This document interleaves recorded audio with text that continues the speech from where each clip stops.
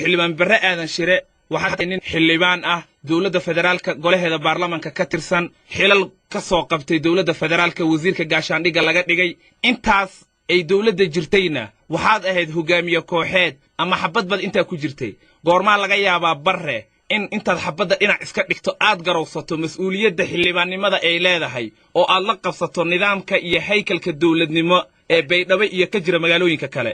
waa maasantahay Baydhabo ku gabagabaynay waa runtaa weeye sidii dawladdii u dhacday waxaana hogaamiye qabiil baan ahaa ilaa iyo haddana hogaamiyihii qabiilkaan ahay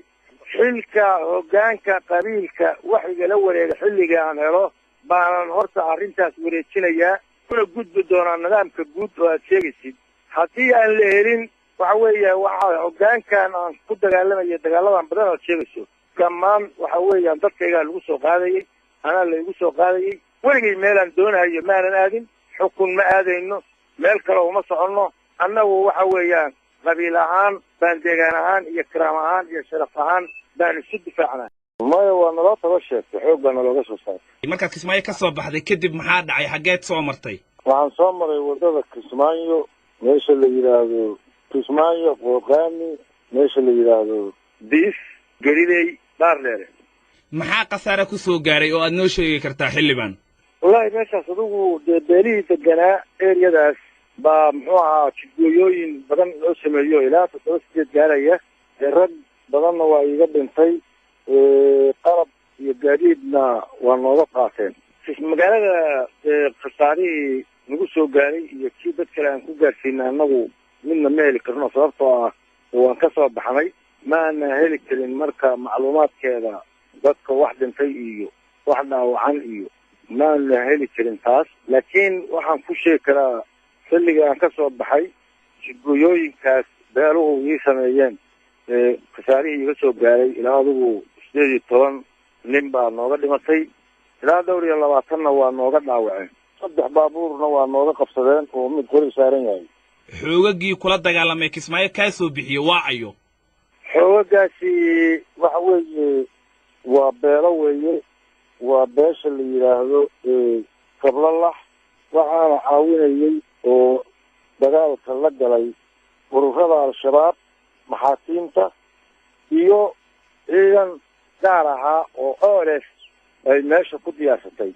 adigana maxaad isku sifayn lahayd anigu maxaan isku sifayn lahaa anigu waxaan ahay xildhibaan dawladda ka tirsan Kismaayo joogay wax dhibaato iyo wax mushkila oo anagu abuuray ma jirin meeshaas adigu dagaal qabiilka oo meesha aan ka dhashayna wuu deganaa ilmahaygii waa joogeen saddexaas oo aan leeyahay baa degan in dadkiisii la joogaan ahaa dagaalkaas magaalada lagu soo weeraray baan dhinacayga iga qabsaday marka adiga waxaad leedahay anigu ma hogaaminaynin maleeshiyaadkii Kismaayo ku dagaalamayay dagaalka dhinacun buu iga qabsado qorshaha kuma jirin baad leedahay anigu maba maamulayn badee meeshu ayadaa ismaamulaysa meesha deganeed anigu safar baan ugu tagay xildhibaan baan ahay laakiin dadka la ugaarsanayay oo la raadsanayay oo beeshaas ahaan ka mid ahaa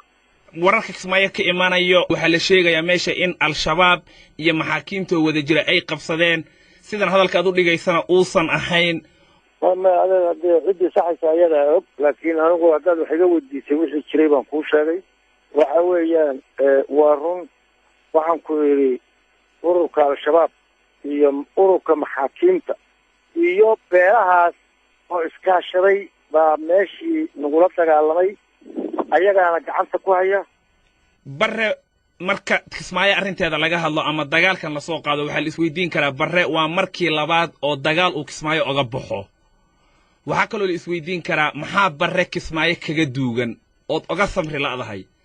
su'aasha jawaabteedu waxa weeyaan waxa iga duugan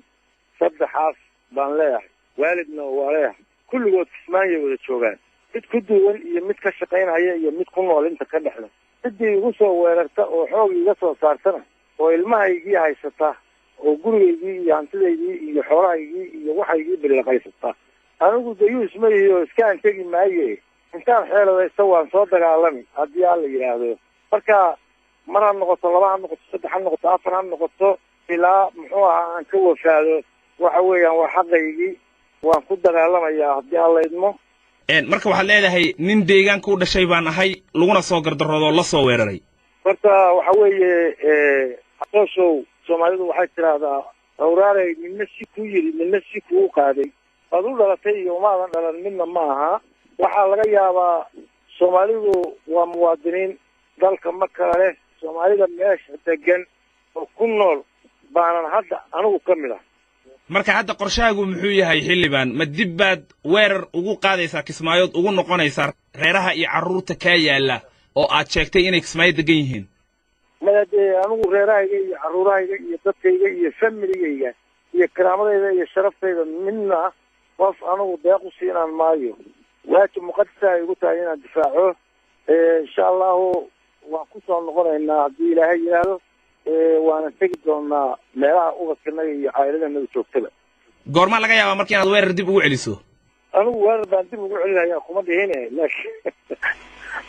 weerarku markiisu iska imaanaya haddii alla qolada meesha haysata ama maxaakiim ha ahaadaan ama qolo kale ha ahaadaan waxay mar walba sheegaan in Kismaayo dulmi ka jiray isbaarooyin ka jirtay